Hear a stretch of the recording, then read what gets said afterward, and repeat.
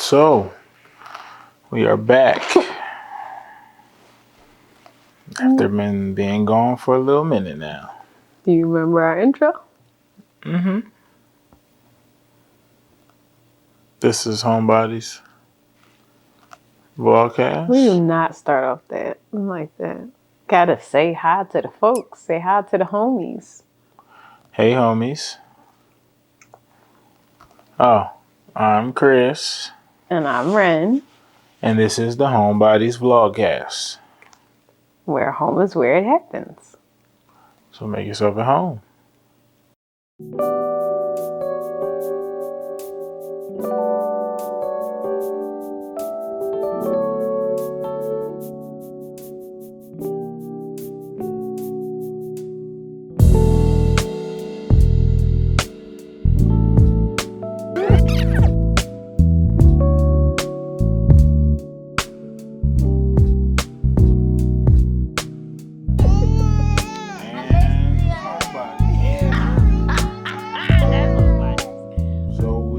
Haven't done an episode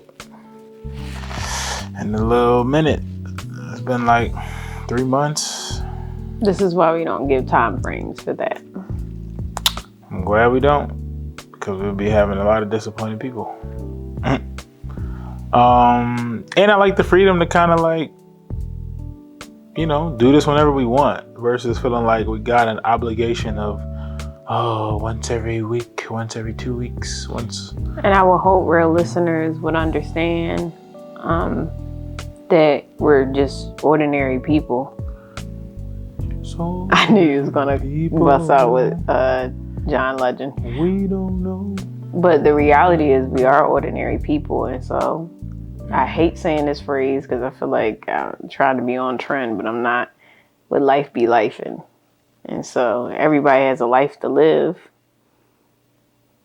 So can't be everywhere at the same time. So there's definitely grace there. Yeah, and I think we could have made time for it, but I think, like you said, in light of everything we just had going on in life, it's just like it was just kind of easier to prioritize other things. And I think the last time we did an episode was when we did the Lauren on the Hill episode. If you haven't seen it, go check it out. Lauren on the Hill, and that was kind of speaking to the idea of you being elevated, put into a higher position to where you would be more on display as a woman, as a mom, as a wife, you name it, fill in the blank. So, but it's just funny because it's like, okay, going up really looks like going down. Like the way elevation, the way it sounds like it's going to feel, I feel like the reality of how it feels is a little different than what you think you're going to get a lot of times. Mm-hmm. So I feel like these last 3 months, it's been a lot of learning, would you say? A lot of humbling, So yeah, what you think? How's it up there being on that hill? How's it up down there? It's lonely at the top. It's like I'm playing. Well, I would never consider myself to be on top of a hill, but that's just because of how we see that. We see that as like, ooh, you got some like authority, or you got some like power or influence. And not to say that I don't, but sometimes there's a pride that could come with that. For sure. I can honestly say with how life has been lifing, there has been a humbling of that. So that kind of correlates with what you were talking about in terms of you're not going to get what you think in terms of being elevated, because the kingdom of God is upside down to the naked eye. So the way up is white. Right. I going said down. white. Right. It's not, elevation is not literally you going up, but your going up is actually you're going down. And I know it's like, it sounds repetitive that we keep saying that, but that's because we're trying to emphasize on the point of that is very opposed to this world's way of thinking. Like, let's climb up the corporate ladder or whatever, goals you have in mind just to reach them. I'm not saying you can't. But in the process of moving upwards, you're being humbled. Yeah, it's really a moving downward. It's really a To lead is to serve. Like, I'm talking about those terms that are, they almost sound like they contradict, but to truly understand what it is to have someone follow after you is to be able to see the person that's following you as the one that you should be serving. And and I'm talking to those who are in the fold, we are brothers and sisters in Christ. We're called to follow Christ. And if that is the goal in mind, if he said that he came and he served, that's the life that he lived, then we are to follow that. So in his elevation, he was also humble. So it just follows suit. So, I mean, yeah, what you're saying is spot on.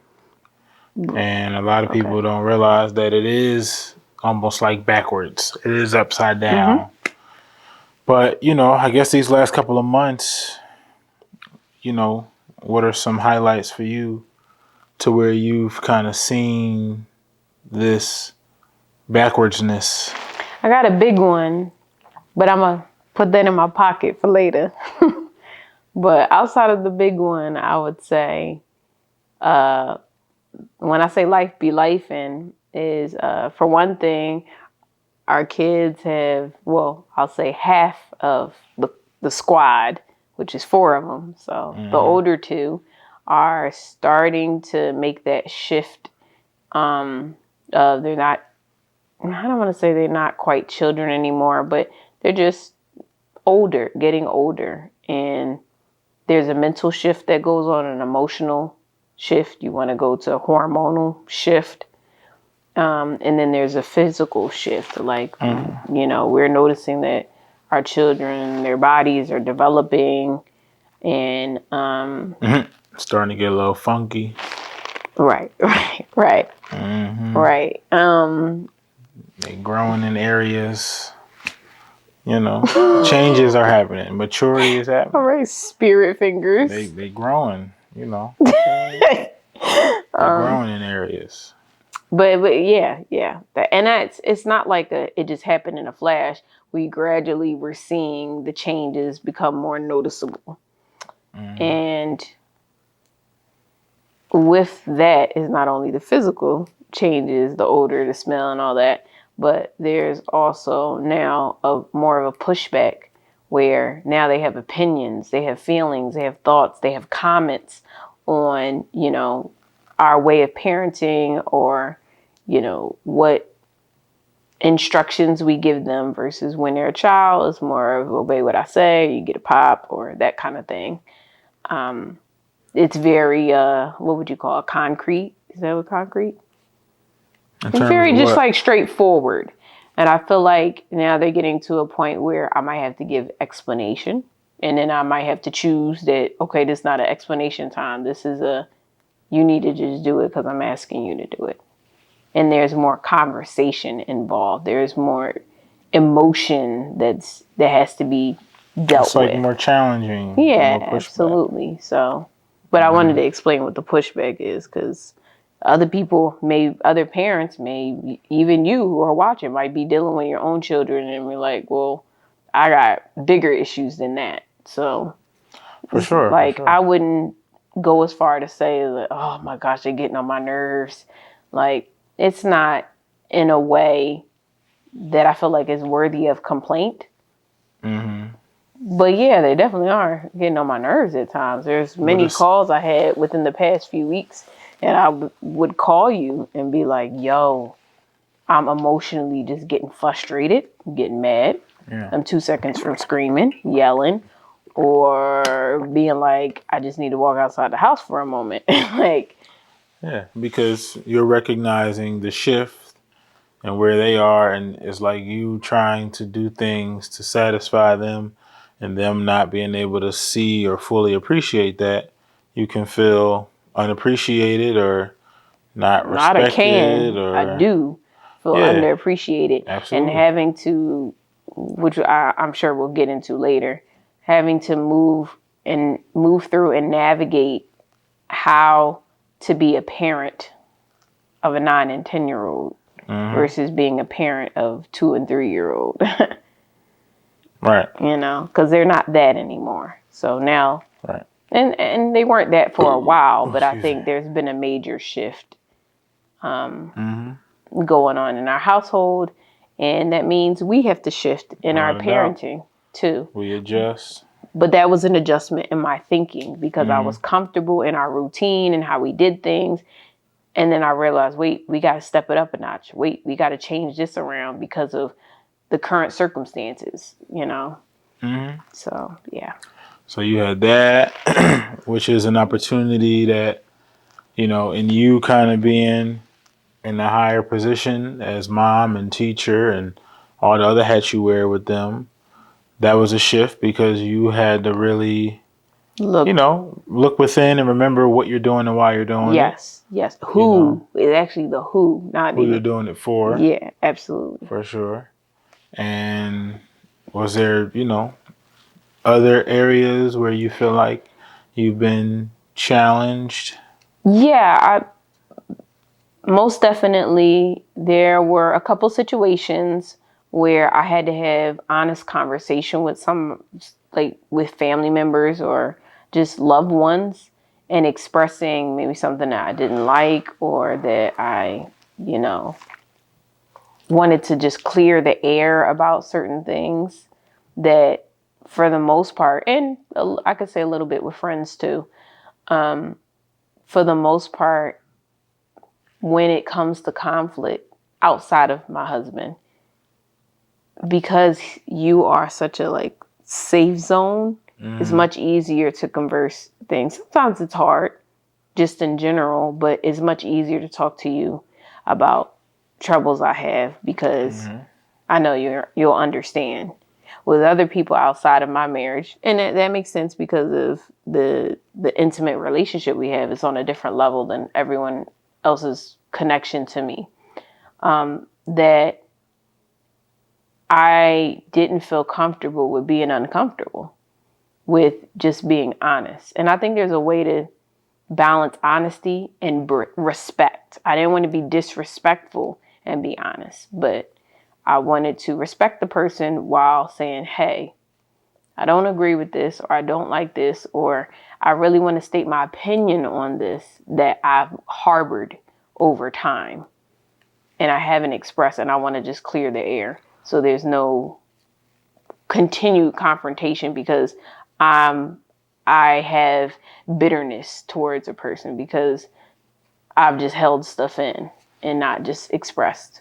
So what would you say the humbling aspect of having to make that choice to not either hold your tongue or to try to be honest and juggle how you're doing that? What would you say was the humbling backwards upside down aspect of that next level of operating in a sense? Well, one is being vulnerable because when you're trying to speak to someone and tell them the honest truth,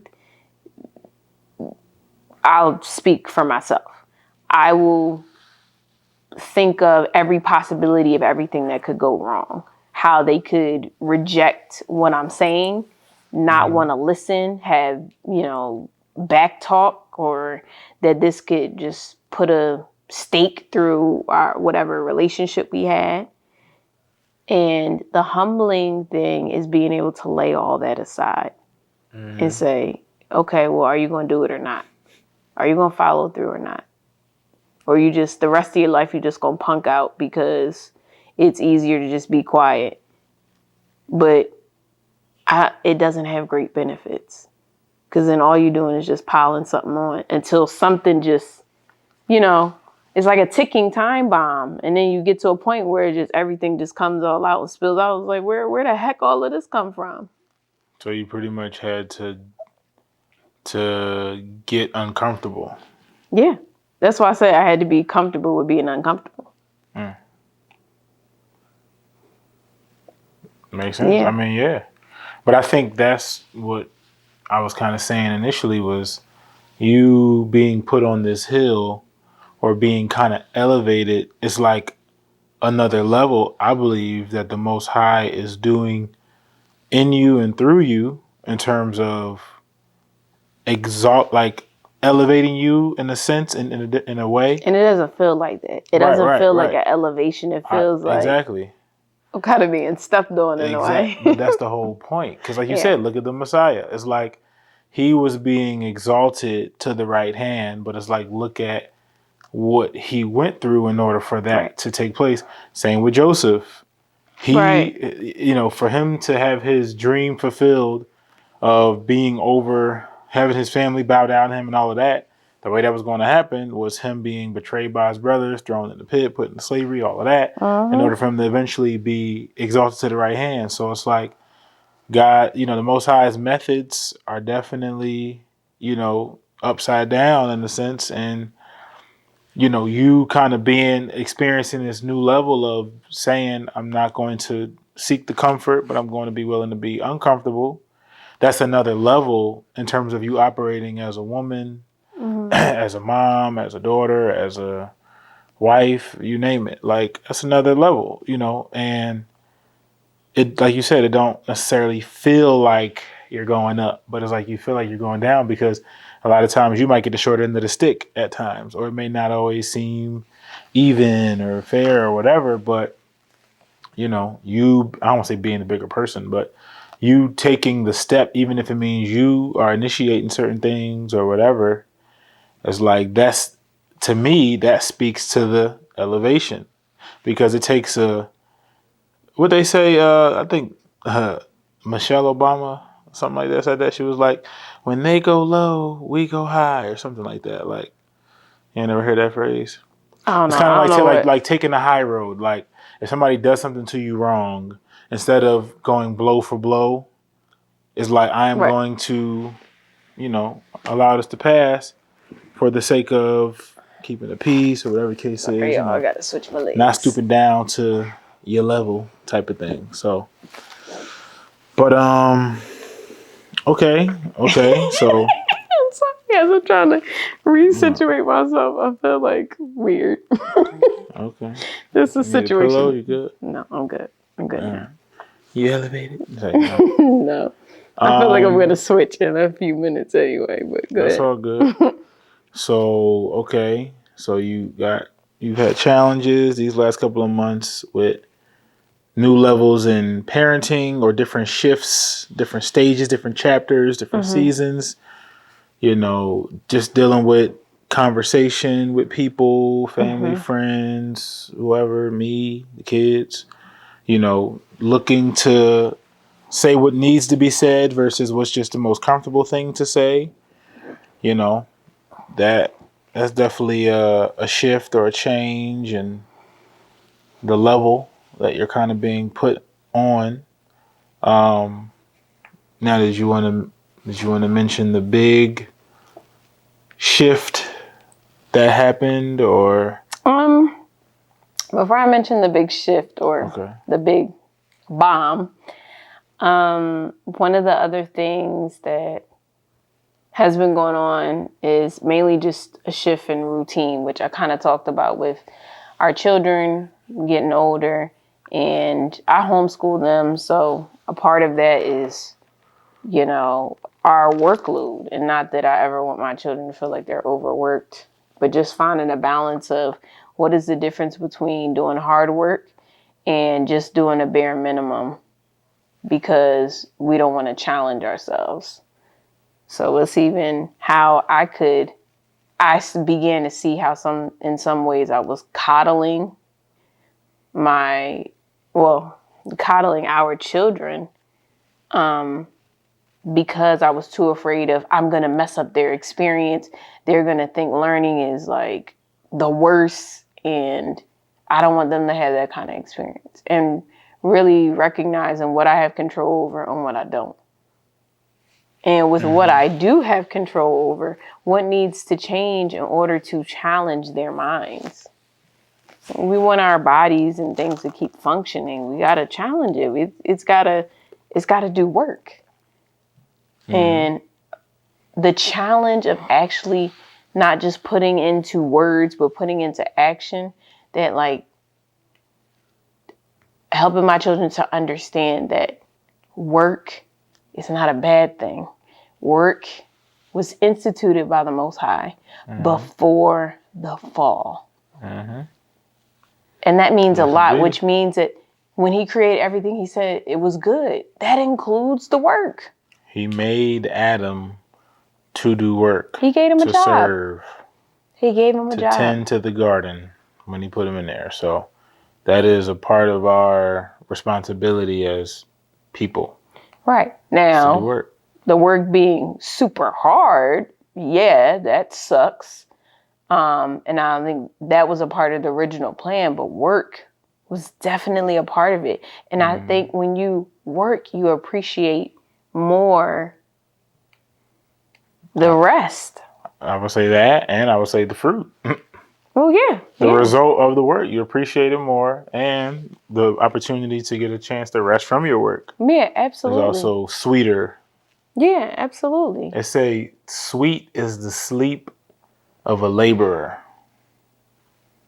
It's like a scripture in Ecclesiastes. But yeah, they're right about that. Somebody who's working, when I've done a lot, will be way more enjoyable. I hit that bed, and it's like I'd be like.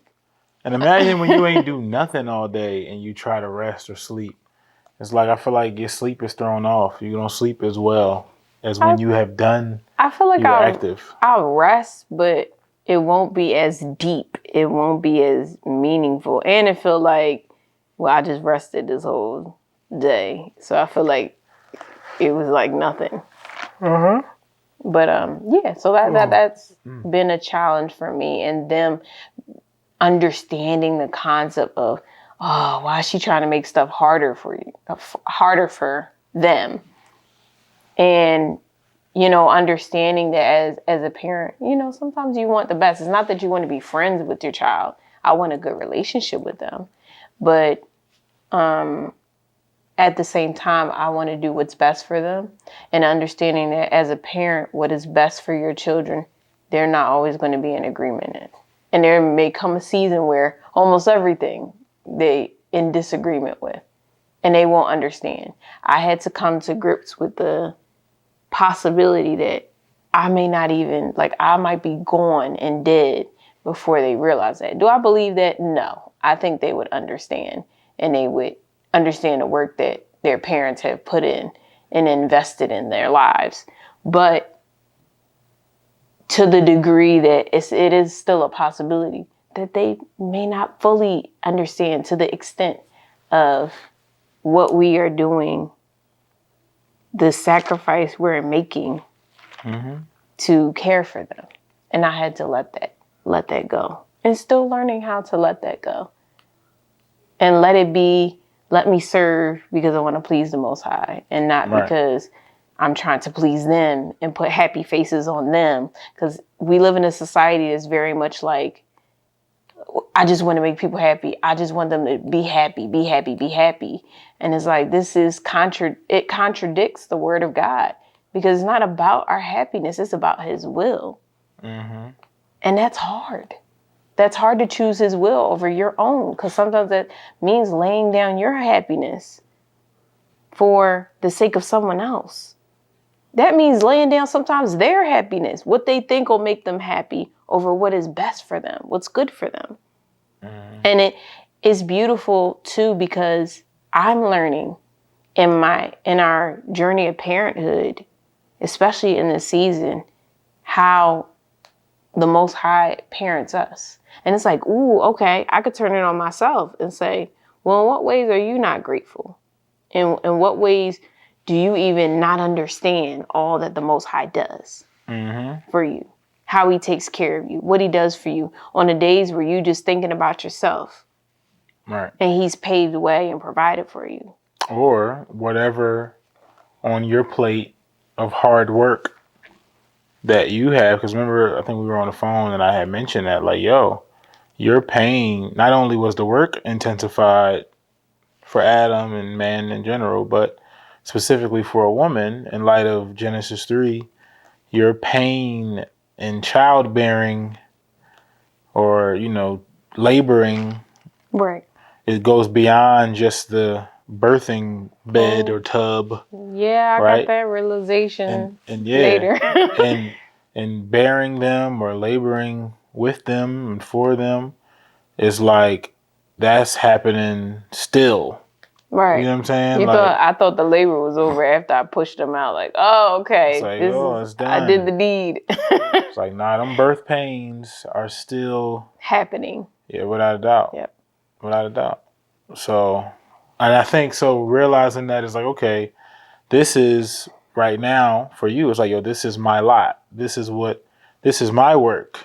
And it's like, it's getting harder because they're shifting, they're entering into a new season, but it's like, okay, how do I work well in my hard work without me, grumbling like they might be grumbling about the things that I'm putting in place? It's like, as you desire to see them kind of shift and understand and appreciate and be grateful and all of that, it's like, or find the silver lining in the work.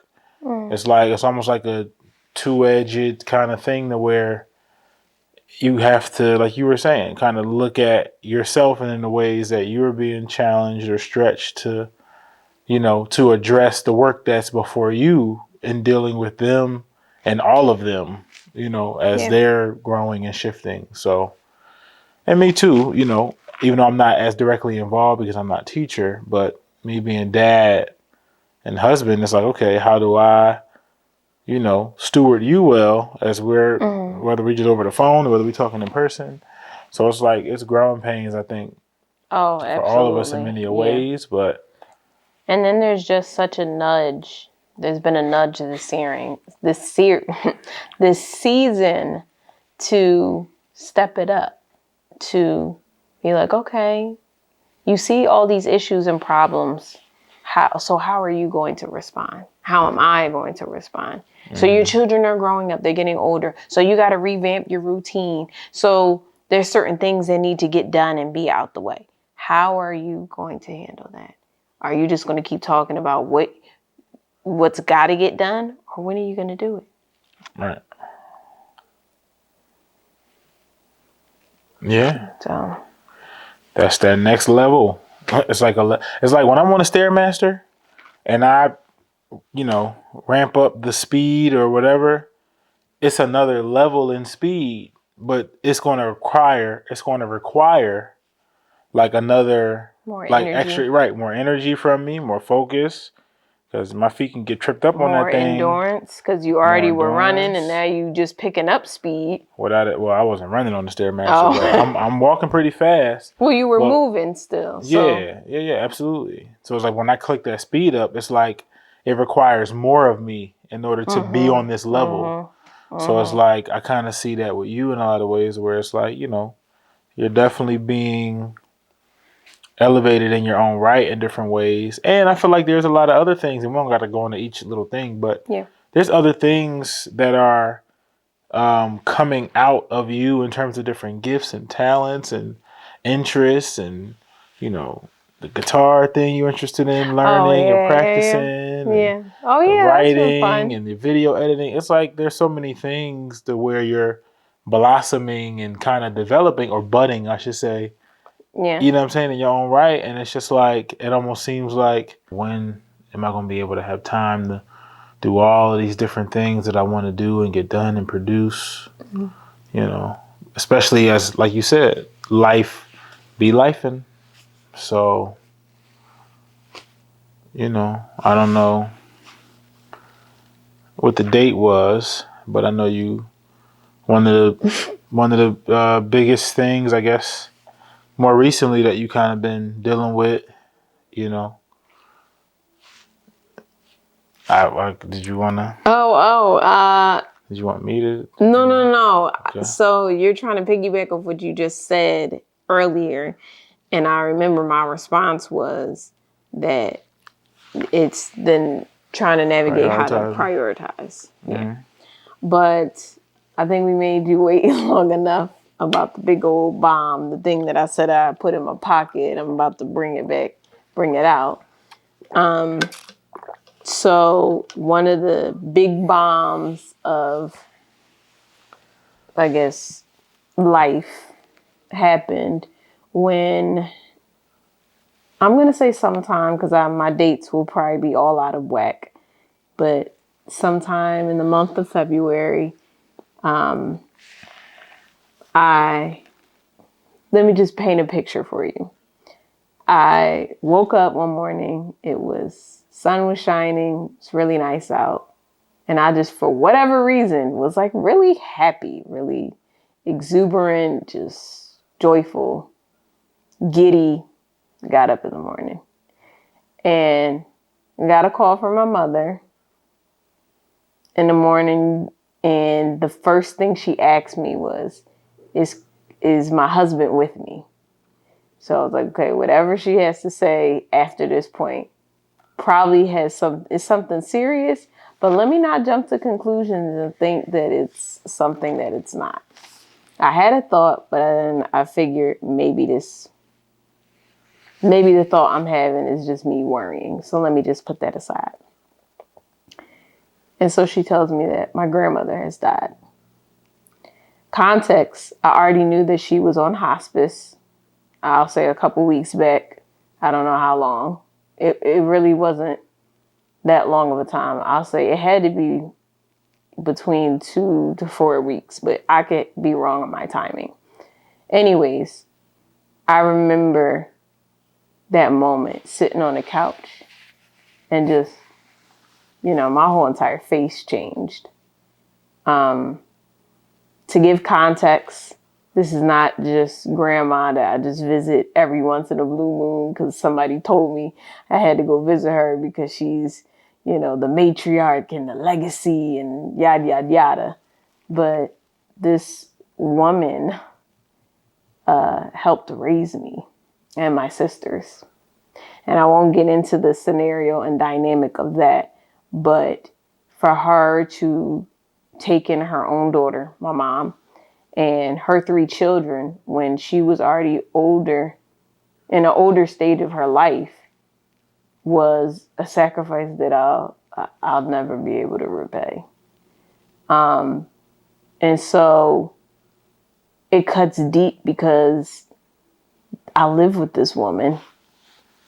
This woman has made an impact on my life.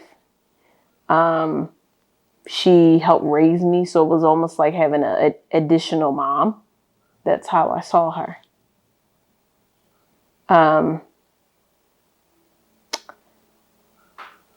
So hearing the news about her, even though I knew she was on hospice, and I know when you hear the word hospice, you automatically think, well, that you don't got a lot of time. But I was still not in shock. I was just sad. And the reality is, it wasn't like, oh, I needed to be reassured that, you know what? Oh, she loved God. And it was like, you don't got to tell me that. I lived with the woman. I seen who she really cared about. I seen who she put her trust in. I seen it with my own eyes. I watched her work. I watched her sacrifice, providing for us, watching us so that my mom could go get a job, so my mom could go back to school and get back on her own 2 feet. Like, I watched her. And I'm sure there's a bajillion stuff that she did for us that I just am unaware of. Like, Right. And we, in a sense, we weren't lacking, It's just like, wait, we didn't have this and that. We weren't really thinking about that. We had so much. And so what made it a bigger bomb, and then I'm going to run it back. what made it a bigger bomb is I was already grieving at the hospice, her being on hospice. And then the bomb was dropped on me that she's gone. So it's over. It's done. She's not here anymore. And so there's a hurt that and this is current. So it's not like I'm past this. Still fresh. There's a hurt that I feel because of my connection with this woman personally. And then there's a hurt that I feel because this is my mother's mother. And if you know anything about me, I'm close to my mom. I love my mom. I love both my parents. I love my mom and my dad. I was so convinced when me and my husband were getting married, I don't know if you remember this, that when we were picking out bridesmaids and who was going to be the maid of honor, I asked my mother to be my maid of honor. She rejected it. How dare she? But I understood it, that it was kind of an awkward place to be in. And however, the reason why I was so convinced or so driven to ask her to be a maid of honor first was because to me, she was and is my best friend. Know that everybody can't say that about their parents or their mom, but I can. And so things hurt deeper when you have relationship with people. So I say that because knowing that, okay, this is my mom's mom. I know, and she lives with her mother too, along with me and my sisters. This is hurting her too. It doesn't help that we were far apart from each other. You know, I'm in Georgia, she's in PA.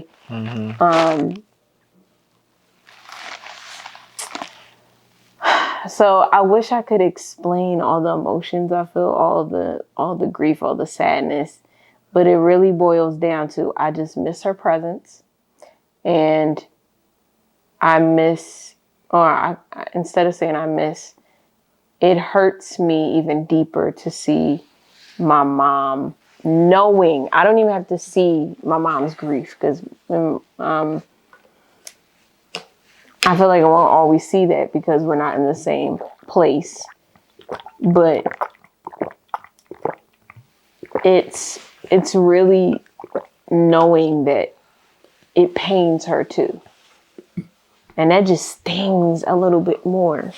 It hits a little bit home watching not only myself grieve, but know that other people are hurting, you know, and it's not just my mom, but that's up there in terms of her feelings. And then I'm thinking about my sisters and how we all deal and manage our sadness or our anger and frustration or just, whatever. And then there's the funeral. So we traveled down to Philly. And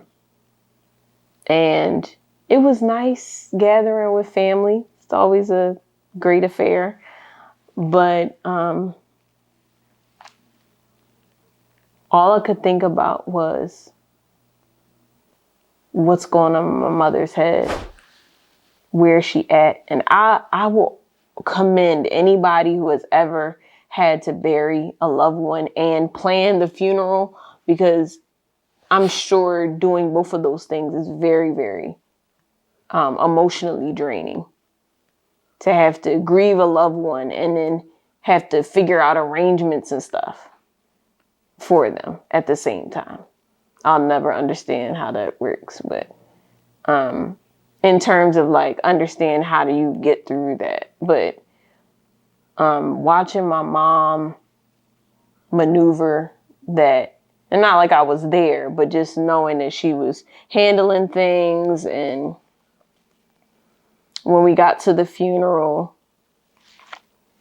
I wasn't ready for it.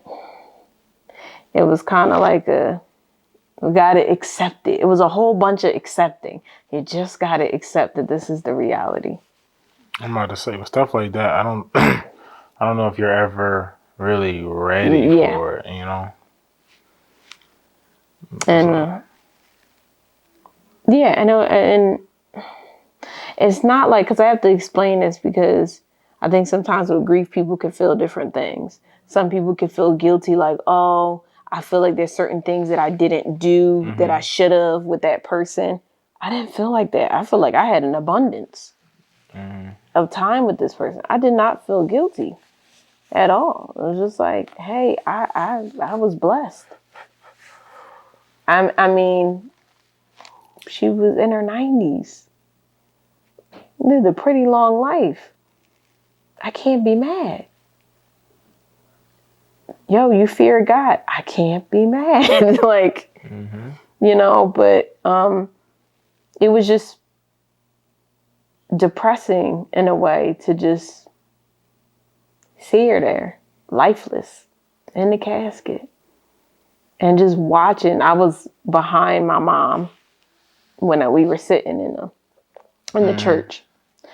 And then she was sitting next to her siblings. And it just hurt me.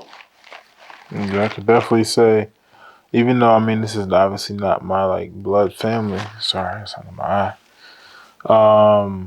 Seeing how, you know, some of your family members, like, responded to, like, either the slideshow or seeing the body in the casket and all of that, it's like, that definitely, I don't know, I feel like crying is one of those things that's, like, contagious.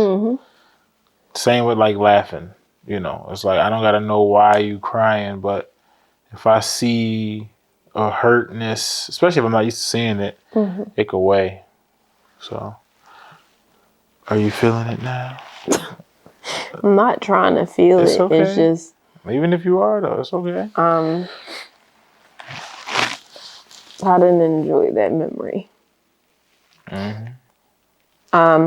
And all I could think about is I know that I'm hurting, but I gotta be there for my mom. And then it was like a split moment where we were at the burial site, and I went over to be with my sisters, and I was with my oldest sister and my cousin, and we just huddled and we just started crying because my cousin was like another sister to me because she was always around. We went to the same middle school, and our grandmother was always watching us.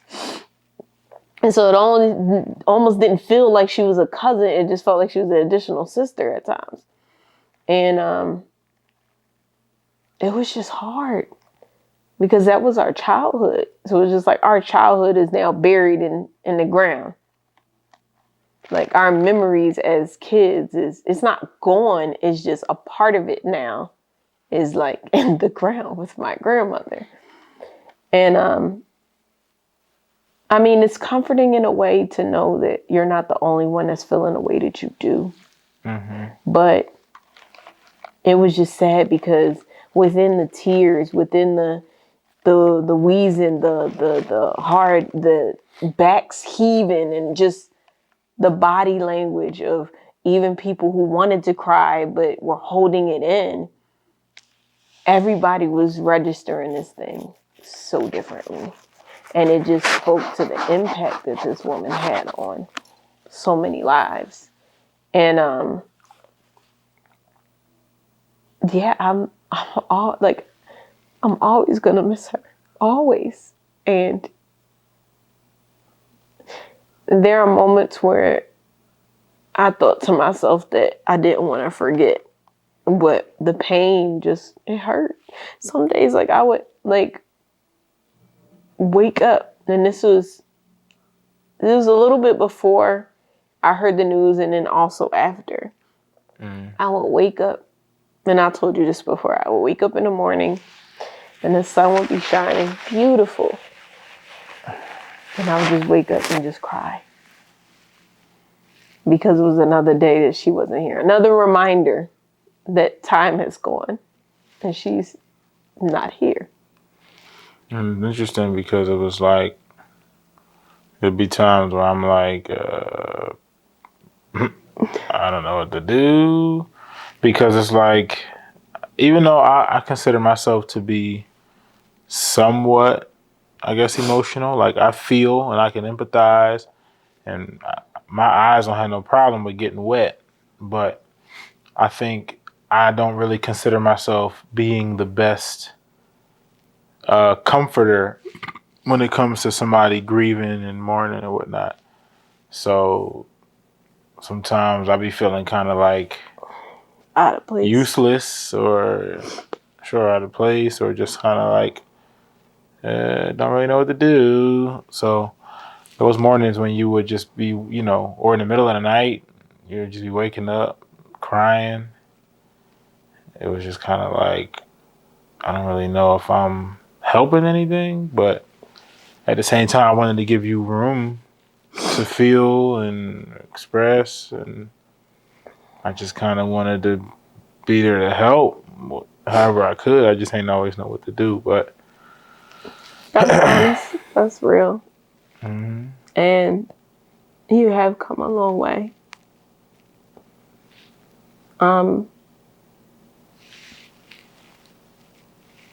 I just know I can't really hide how I felt. And so just to kind of move along in, I guess, the story of, because this is just a portion of the bomb. The other part of the bomb is that the day after, God, I'm getting choked up. The day after, the day after my grandmother's funeral, we were still in Philly. Mm-hmm.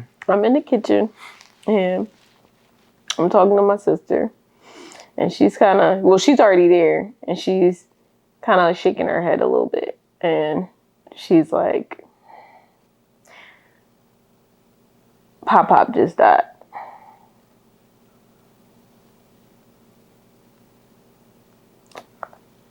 I had a thought and I made a huge mistake. The night, I think, after the night of the funeral, I thought to myself, I got one grandparent left. At least, which was my Pop Lee. That is my father's father. And I figured, okay, I could settle in my mind, even though all my other grandparents is gone, I got one left. So let me just treasure that. And then,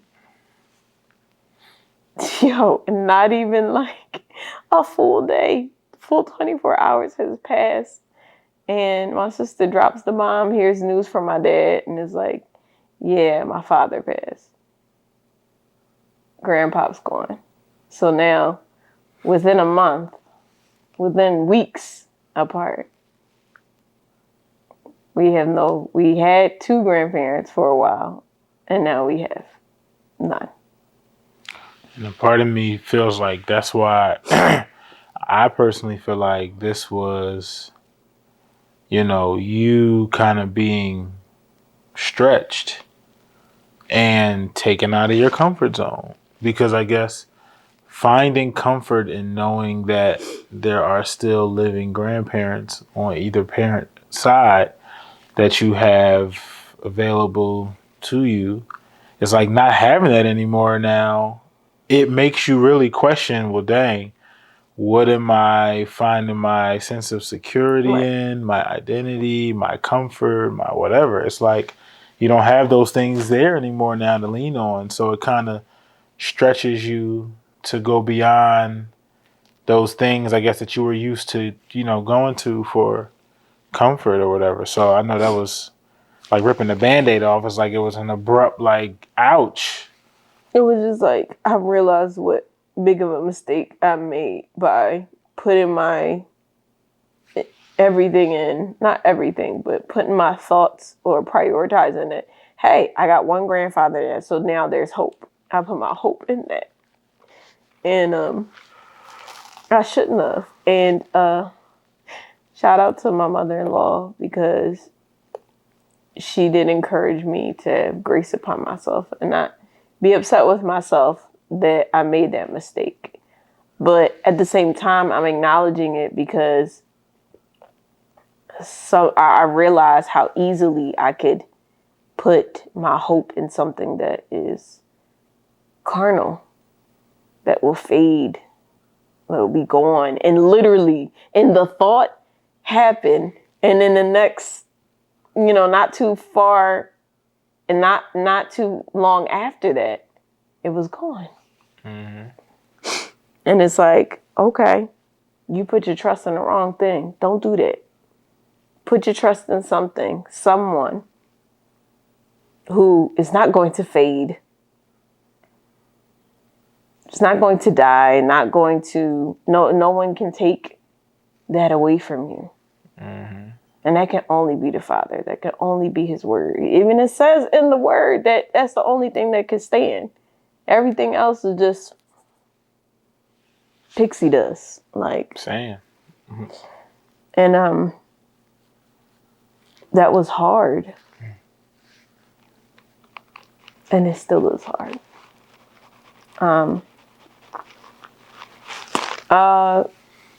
One of the things I realized about death is that it also brings up past pains. So it brings up other deaths that I had to experience. Surprisingly enough, both my grandfathers had Alzheimer's and obviously died from it. And so it was kind of like reopening another wound. It's like I already had a grandfather that struggled in this way. And now I had the last grandparent suffer in that way as well.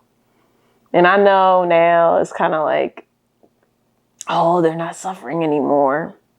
I guess that's a plus. But I still have to deal with it. I still have to manage, well, how do I go on when death is knocking at your door? And it doesn't always mean death for you, but just death is surrounding you. How do you keep on living? How do you have hope? Go ahead. And it really is a test to really see where your hope really lies. Because if it's in something that is just, if it's anything outside of the Most High, it's not stable. And then I was gonna say you definitely got tested, because it's like in the middle of you dealing with both of these, situations with your grandparents. It's like life didn't stop. Right. You still had to deal with. Still had to be mom. Kids, still had to be wife. Still had to be daughter. You still had to deal with the house or the cooking or whatever. So it's like, what was that like? By the way, I got like probably 5 minutes before I need to. Okay. But yeah, what was that like, just having to still live life in the midst of all of this death, in the shadow of death? It's a challenge. I wish I could say it's easy, but it's not. Because then too, real quick, you had the kids. You had to sometimes explain to them. Yeah, like, I had to they were explain like, to "Are you them crying?" And why I was crying, or that I actually was crying, and there was a part of me that sometimes wanted to hide my tears. I'm usually not really like ashamed of my tears. I don't mind crying in front of my children. I'm that kind of mom. I think children need to see how adults deal with emotions, and that we shouldn't hide them or suppress them. That's just me. But at the same time, I felt in this season that there were times where I needed to kind of conceal it, because I didn't want it to be overwhelming. Them to always see me crying and be like, oh, is she always going to be like this? And our children are great, because I know they're managing and trying to understand things. So sometimes they would make comments that I would say were appropriate to be said, because it just triggered, emotions in me. But I understood, because they're children, this is their way of trying to understand what's going on, make sense of reality. Mm-hmm. And so I didn't take it to offense. That is just like some of the things he said, I just sometimes corrected them. Like, that's not the kind of thing that you say about, you joke about somebody when someone's deceased or things like that. And it's just like, this is a learning experience in them. How many experiences have they had dealing with somebody they know that has died? It's always been through mommy and daddy, somebody mommy and daddy knew, not necessarily them. So, you know, there is this disconnect where they're kind of learning about grief through us.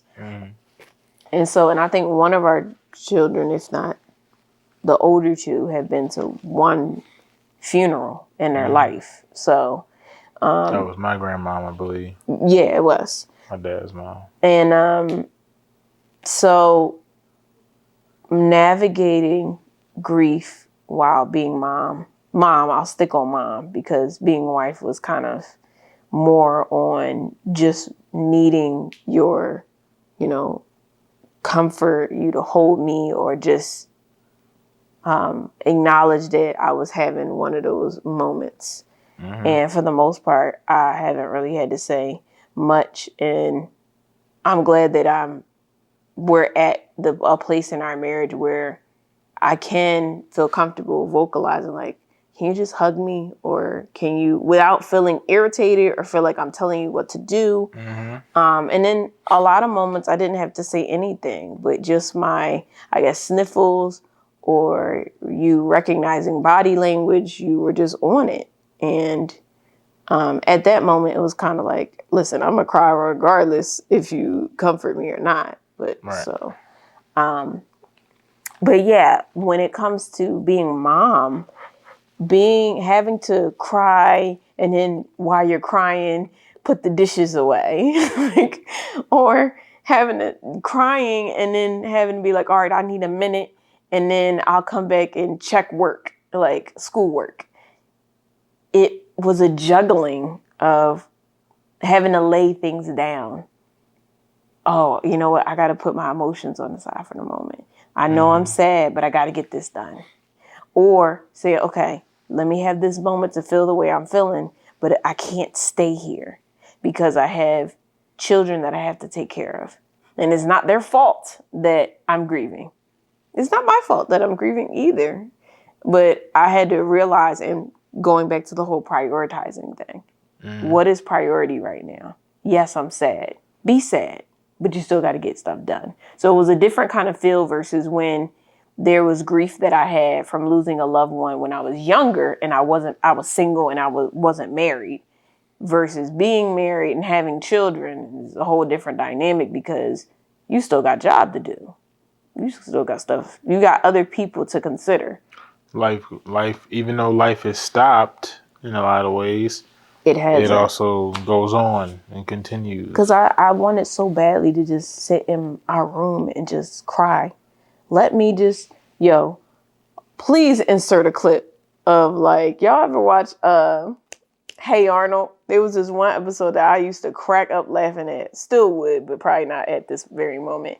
But Helga's older sister, Olga, she got like bad grades because Helga like changed the grade on her report card being evil. And she like put on this like really depressing music, and she was just crying in her room all day. That's what I wanted to do all day. And I wanted many moments like that. Yeah. But I realized in the moment, you can't do that. Yeah, I mean, but you did have moments, like, I'm sure it wasn't many, but I think you said you was like grading Sabay's paper or something, her workbook sheet or something, and you felt it coming, and you was just like, I can't, and you said you stopped. Yeah, but I didn't go anywhere. I just. Well, I'm saying, like, just like taking a moment to, like, let me just. Yeah, but even that, like, it looked different. It didn't look like me walking away to privacy. Right. It was like right in front of them. Sometimes we would watch something and I would just sit there and I'd just be crying. Mommy, are you crying? Yes. Why? Because I miss my grandma. Mm-hmm. And that has become the regular thing. Yeah. Oh, you crying, Mommy? Yes. I'm crying. Is it because of your grandma? Yes. And having to settle in it, because it was something about my kids knowing how sad I am that I didn't like. You feel like it made you look weak or something? No. I guess I had this image that they were supposed to see me have joy. But I think that's the misconception, that joy means that you always walking around smiling. Mm-hmm. And that you can have hope and still be sad and mourning a loss. That doesn't mean you're hopeless. It just means you're sad and you miss the person. Listen to this. This is Ecclesiastes 7, chapter 7, verse 2. It says, "It is better to go to a house of mourning than to go to a house of feasting, because that is the end of every person, and the living takes it to heart." So it's like, yo, this idea of mourning and kind of sadness and, grief, and especially godly grief, but like reflecting and all of that, being reflective, that is a very valuable thing. And what I would tell you too is, don't sleep on the fact that you are able to tap into how you feel more easily than most. Because I think most, like, I look at crying and venting as I think about it like this. Imagine if your tea kettle didn't have the little hole on it where the air could vent out. That thing would probably explode or something, because it's just all that pressure. So that venting is like a release. Mm-hmm. It's like a natural system that the Most High instilled in us to be able to like cleanse our spirit, inner person. You know what I'm saying? By releasing that through tears. And it's kind of like washing, stuff away. So it's like, I look at it like, you being able to tap into how you feel and be okay with being in that arena of your emotions, that's a superpower. Like, I think a lot of people nowadays, because they don't know how to be in that space comfortably, mm-hmm. they have so many problems going on mentally, spiritually, even physically, even. Because I feel like you got that pent up stress and you ain't let yourself cry. Right. It'll come out another way. Ways. Absolutely. So I think the fact that you can do that, it's like, I think it's healthy. I think it's normal. I expect it. I think for a while. Yeah, you have to expect being married to me. For a while, you used to you was apologizing to me, I think, at times. Like, sorry. And it's like, why are you saying sorry? Like, this is expected, This is probably the part of who I am that you didn't want to marry. Because I don't look like what society says a strong black woman is supposed to look like. Man, society could do this to all that. Well, listen, I know that now. I was the one that was like, when I proposed, I'm like, where the waterworks at? You know what I'm saying? You ain't even cry for that. Okay, to give context, I got off a 13-hour flight from China. Like, my eyes was tired. And he was expecting the waterworks. Should have woke him up. It's like, no. But I mean, I honestly, though, I think you being able to press into how you feel and live in that and like healthily, like let yourself feel, I think that's a great thing, because not everybody can do that. Feels horrible, though. Feels horrible. For sure. But, it's a part of life. It's healthy. And it's one of them things that we all got to face. So, one of your biggest nightmares or your biggest fears is like it being at your doorstep, it being now a reality and not just a thought of, man, that when that day comes, it's like, it's here. So having to face it and still live life and move on, knowing that, like you said, life don't stop. I can't just curl up in the ball and lock myself in the closet and not do anything. Mm-hmm. Life has to continue, So yeah, I admire that part about you, that you can comfortably tap into that, Thank you. Yeah. But that's all the Most High, because I didn't request that. For sure. I did not request that. And I think the challenge now is the endurance, because you don't always know how long the season you're in is going to last. Mm-hmm. Yeah, I think this is going to be a lifelong thing where you might have moments to where something, comes to mind from your grandmom or from your grandpop or whoever you might lose. Something might come to mind and it might trigger some feelings, and it's like that's expected when you lose somebody. But like you said, the beautiful thing is that this death is not the end all be all, especially for those who are, in Christ and follow, who chose to follow and give their life up to the, following the Messiah. And you're right. That is the beautiful thing. Is like in a moment in a time that I felt like, oh my God, death is this horrible thing. The Lord just kind of gave me a 360 on perspective of how to look at death.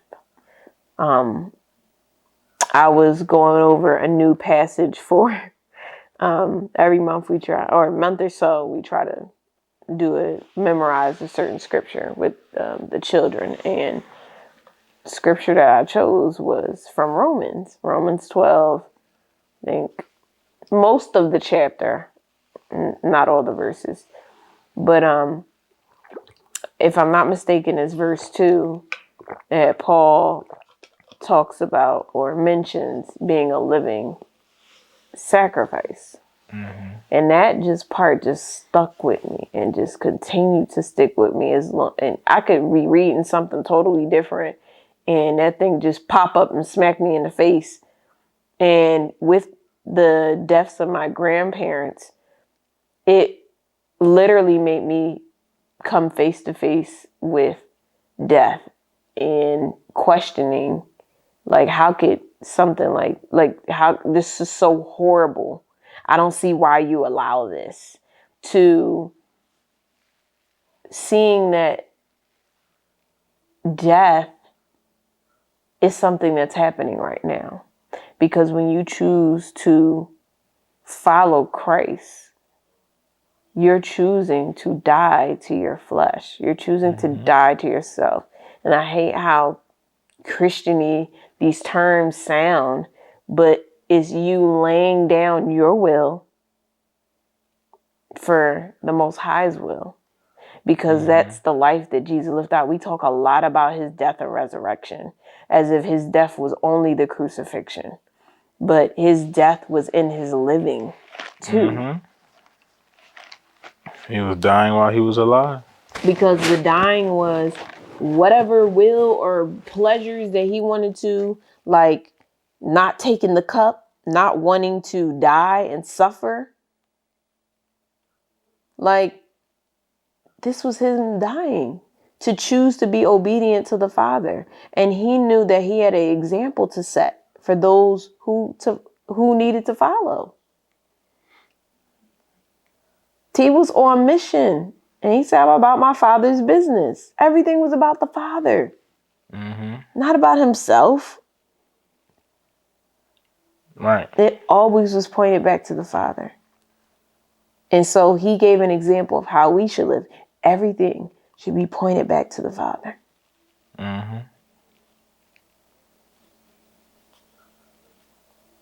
That should be our motivation. That should be our hope. That should be my hope. That should be my motivation. That should be the one who I'm trying to please. His word should be the thing that I'm trying to follow. That is the death.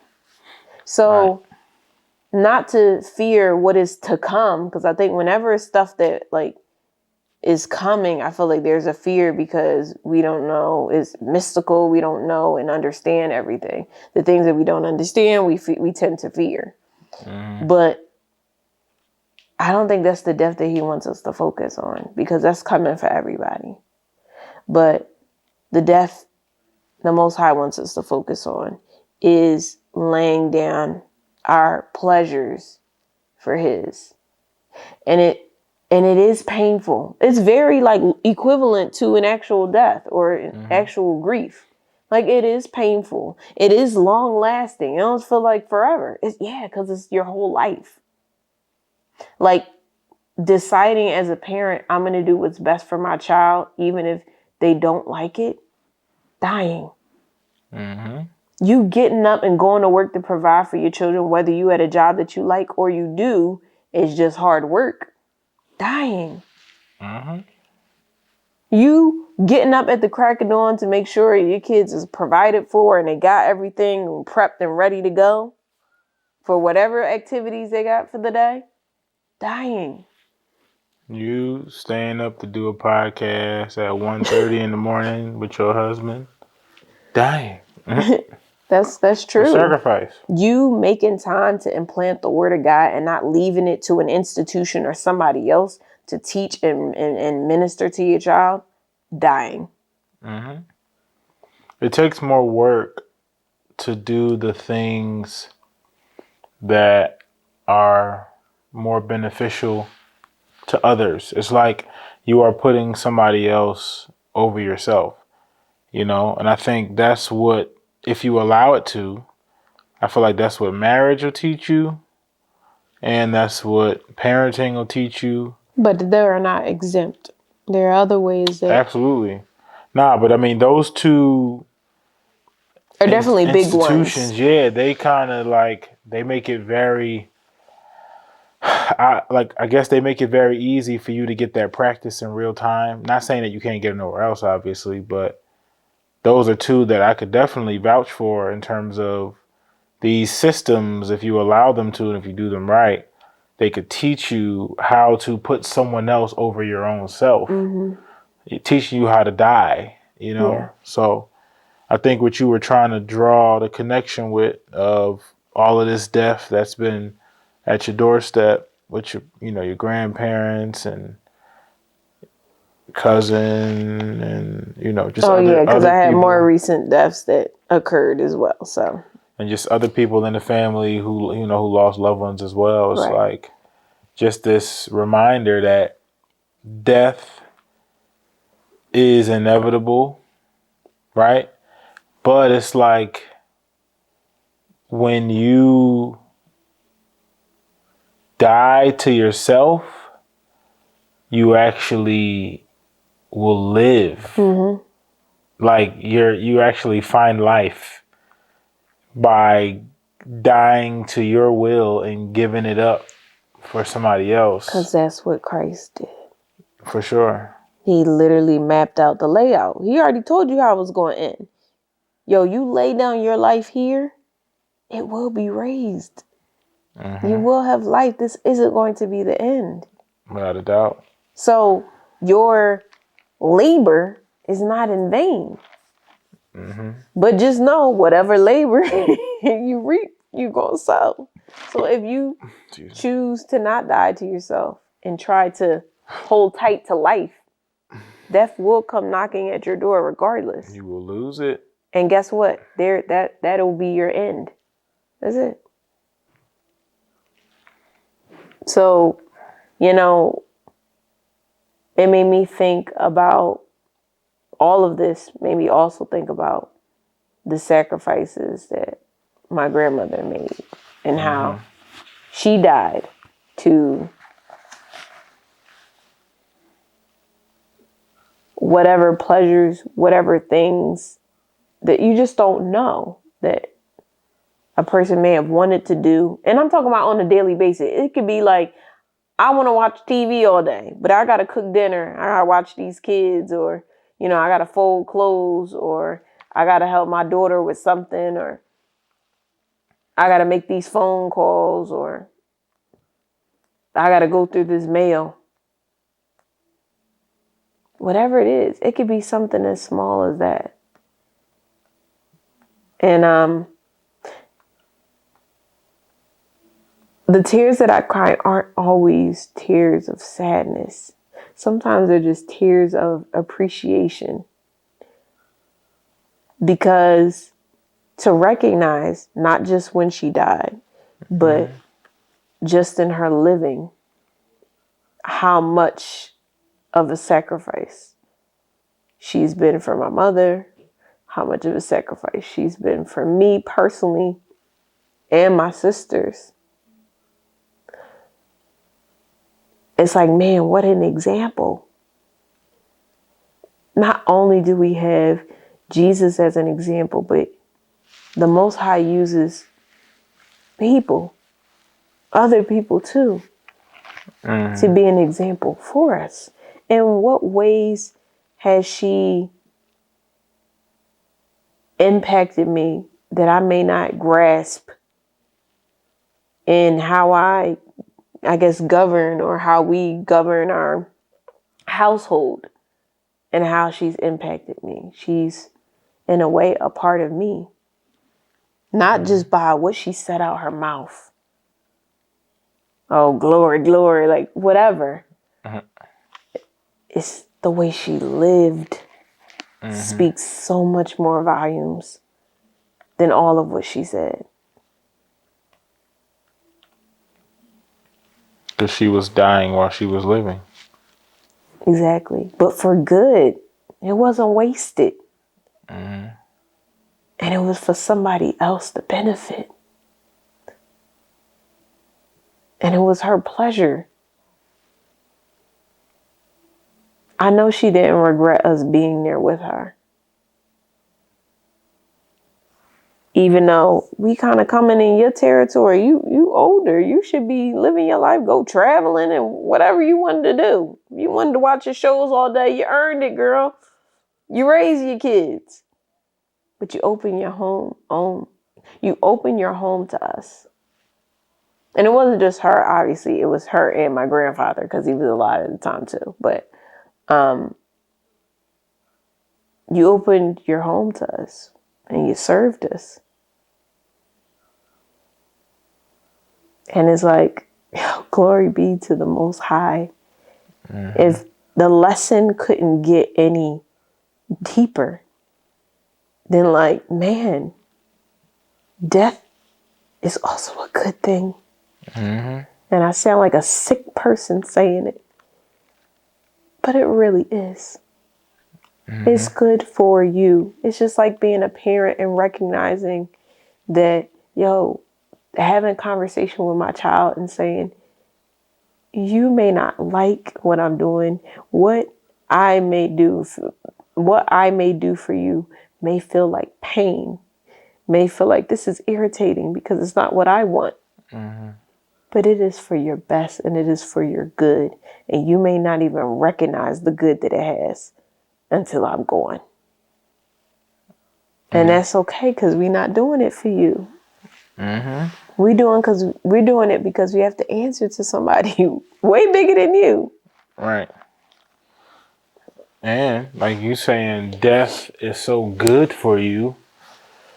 I look at it like death, when you apply that, to like just your own self, in terms of health.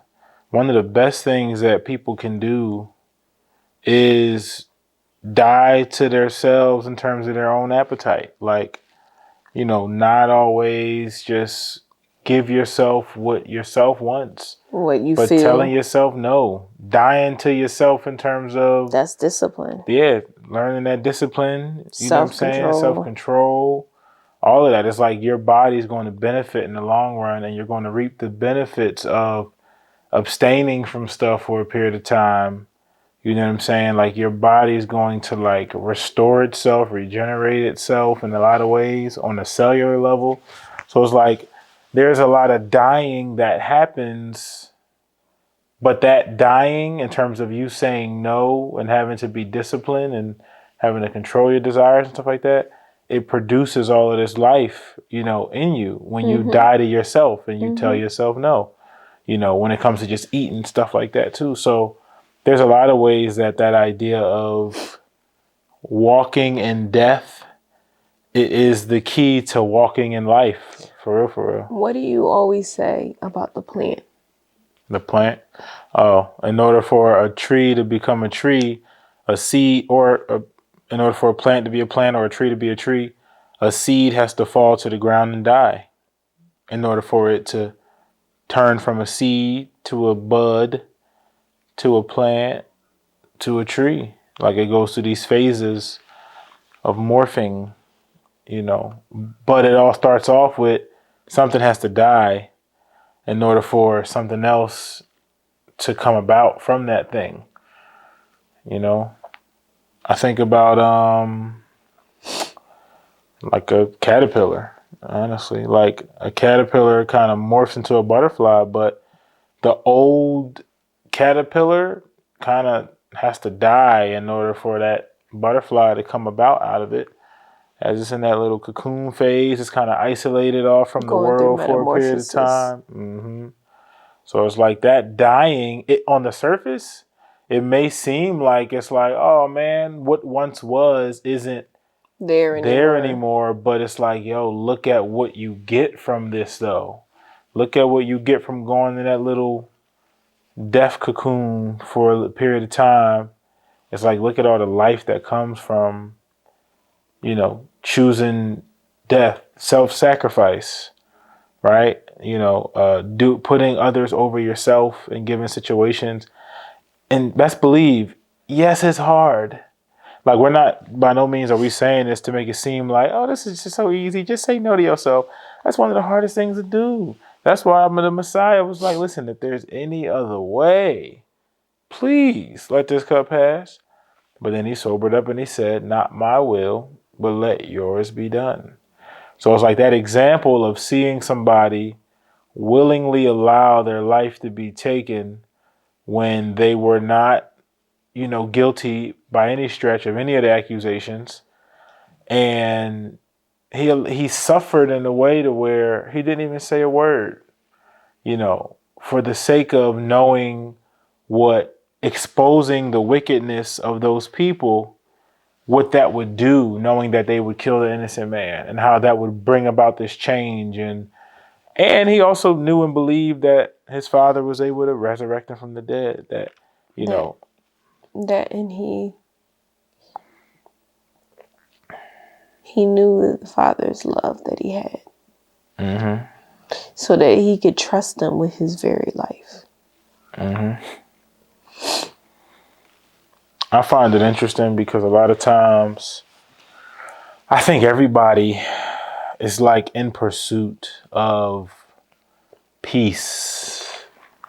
Everybody wants rest and peace of mind. That's what everybody's after. But it's interesting that the death business has like coined the term RIP. It's like we associate RIP, rest in peace, with the dead. Because it's like, some believe, like I myself believe, that they are asleep, that they are resting in the grave. They're not, obviously conscious. They have no breath. So they're resting. But it's like, yo, it's possible to actually find rest peacefully rest while you are in the land of the living. And I feel like you are able to achieve that when you die. Not physically die, but when you die to yourself. It's so much more gratifying and fulfilling when you know that you gave up of yourself for someone else. Like the Most High sees that and he wants to reward that and honor that. And that is the type of person that will be exalted. It's like his strategy is backwards. So if you put yourself first, you'll be last. But if you put yourself last, you'll be first. Like he kind of works in this way to where, like we said earlier, like it's like the upside down kingdom. The greatest in the kingdom is the one that makes himself low, and the one that makes himself high is going to be brought down low. It's going to be humbled. So it's almost like it's backwards. And the humble are the ones that will be the heirs of this kingdom. Mm-hmm. They will be able to receive it because they emptied themselves. And that's the thing. It's not just, we just waiting for this kingdom to come. Jesus Ben said the kingdom is at hand. Mm-hmm. It's happening now. For sure. Just like dying to the flesh. The dying is happening now. Mm-hmm. It's happening now. That's the big message. Yeah. Why do I need to wait? It's happening now. Mm-hmm. So now, in response, knowing that this is occurring now, what are we going to do? What are you going to do? It's a good question. Are you going to live or are you going to die? We both get a taste. We get a taste of both. It's just which one you want first. Mm-hmm. Which one you want last. I know we got a couple, like 2 minutes, but I know one of the things that sticks in my head still to this day is a scripture that says, I think it's from Jesus saying it somewhere, those who try to save their life will lose it. But those who lose their life for my sake will find it or will save it. So it's like this idea of you giving up of yourself, you actually gain. But trying to save yourself, you actually lose in the long run. So the way to get eternal life, the way to,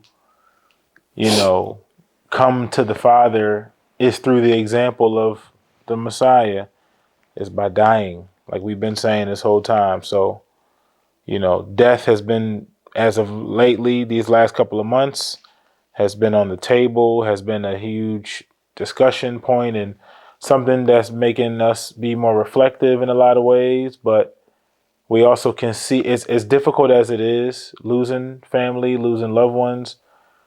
He's allowed us to be able to see the beauty in what death can do when it's done right. When you're dying to yourself, it is very life-giving. So, did you want to close out with anything? Not like 30 seconds. Okay. Well, we'll leave it there. Hopefully you were encouraged, challenged. And yeah, I guess I don't have much more to say.